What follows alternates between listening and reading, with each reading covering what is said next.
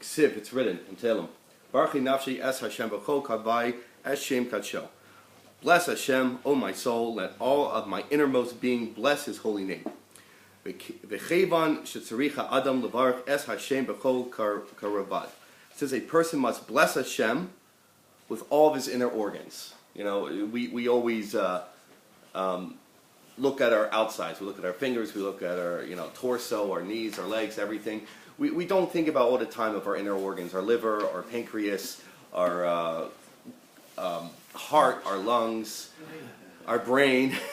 Thanks, George. Our different muscles and tendons, our veins, our arteries. I can go on and on and on. Our bones. So we don't usually think with those. We don't think about them. We don't think about them often because we don't see them. They're internal. Also, levarach ad sheyinaka es hakebayim. It's forbidden to recite any bracha until he has cleansed his inner organs.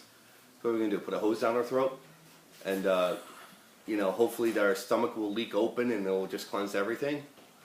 Get from a mikvah, we'll just grab a hose and we'll funnel it through. That's what it means?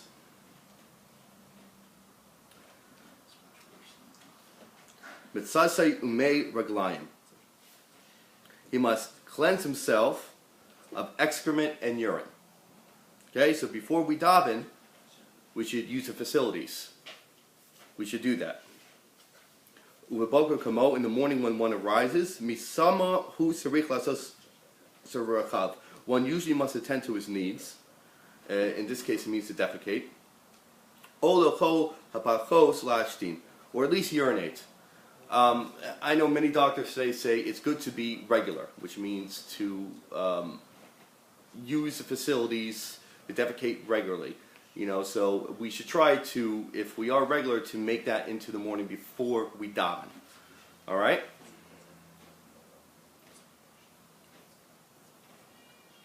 Okay, therefore, lo yivarach berachas on Netilas Yadayim b'shas netila. You should not recite the bracha of Netilas Yadayim at the time that he washes his hands. Ad la'achar shenake es atzmo, until after he cleansed himself. V'yirachas yatav ad pa'am achas, after relieving himself, he should wash his hands a second time. V'az yivarach al Netilas Yadayim, and then say the bracha of Netilas Yadayim. So when we wake up in the morning, we wash our hands as we learned before. Then we should use the facilities. When we're done using the facilities, we wash our hands a second time, and then say Netilas Yadayim. As I said yesterday with the Black Plague, that the Jews constantly washed our hands. We would wash our hands upon waking. We would use the facilities and we would wash our hands afterwards. If you see a pattern over here, it's twofold. One is blessing Hashem, and the second one is cleanliness. We have to be clean. To be to follow Halacha is to be clean. So that is something that is utmost important.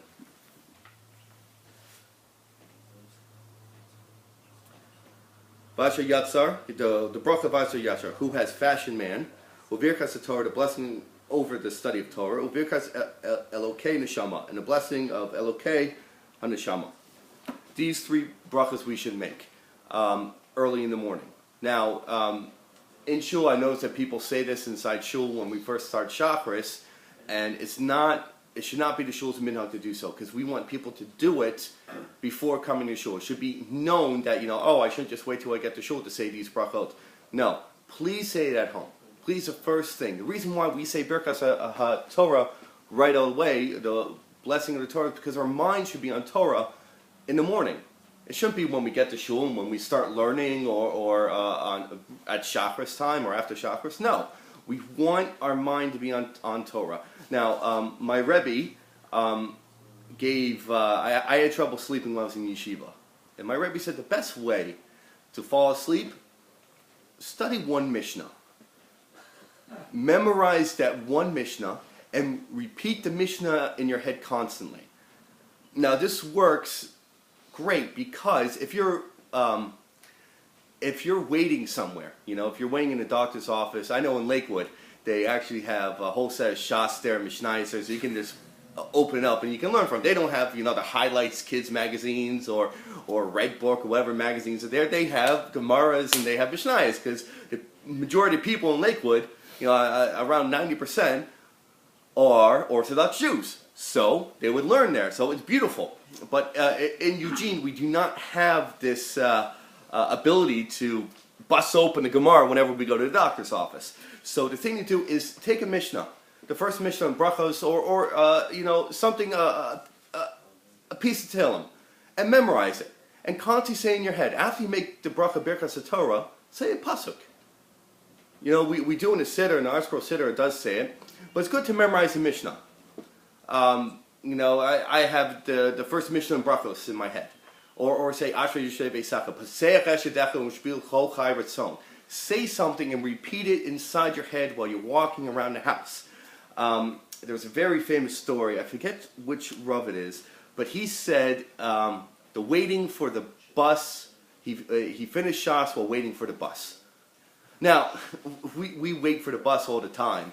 I know when I was young, I would wait for the bus, and at max you have 20 minutes wait. So how can you finish the whole Shas in 20 minutes? He said that he would constantly learn Shas while he was waiting for the bus. So he would bring home the pocket-sized Gemaras, and he would learn while he's waiting for the bus, 20 minutes every single day. And over the years, he was able to finish Shas, so he was not wasting time. Nowadays, if you see people waiting for the bus, they have the earbuds in, they have their iPods or their iPads or there's some listening device, their iPhones, their phones, and they're listening to music and they're wasting time when they're waiting for the bus. Yes, music is very relaxing. I heard that there's a guy who's very popular nowadays named Elvis, something like that. I don't know. And all the young kids are listening to this Elvis nowadays. But instead of listening to this Elvis, we could listen to Torah tapes. We can listen to Shirim. Yes, Rob, you can put your hand down because I know where you were going. Any single thing to keep our mind on Torah is something that we should be paying attention to. All right? So, just in review again, we wake up in the morning. We do want a clean body. And having a clean body is to use the facilities. Use the bathroom when we wake up in the morning. Now, most of us do anyway. And it's something that we want to get in practice of. Most people shower when they wake up in the morning, so their bodies are clean too, so they don't have a stench going about them. We're going to learn later on that there's Halacha that we cannot daven in a place where there's a bad smell.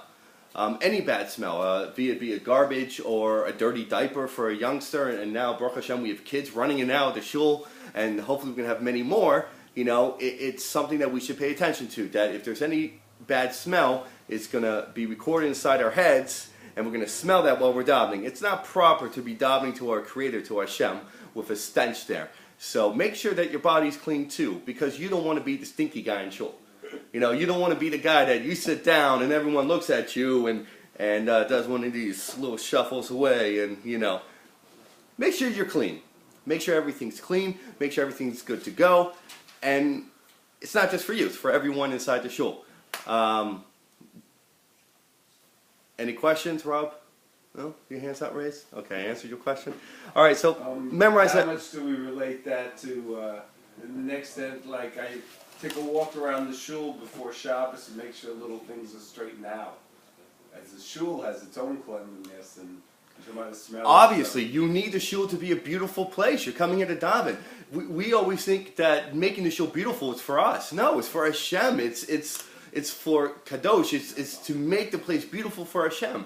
If you walk into a shul and the Sfarim are all in disarray and one chair fell down and there's dirt on the floor and the flowers are 7 weeks old and you're creating a new kind of mold that has never been seen before, this is not a proper place to daven. We want the shul to look nice because it's covered to Hashem. It's covered for the Torah.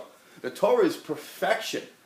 It's 100% perfection, and we want it, when we have something perfection, we want it to be clean and nice in an area where we're davening. All right? Have a good day, gentlemen.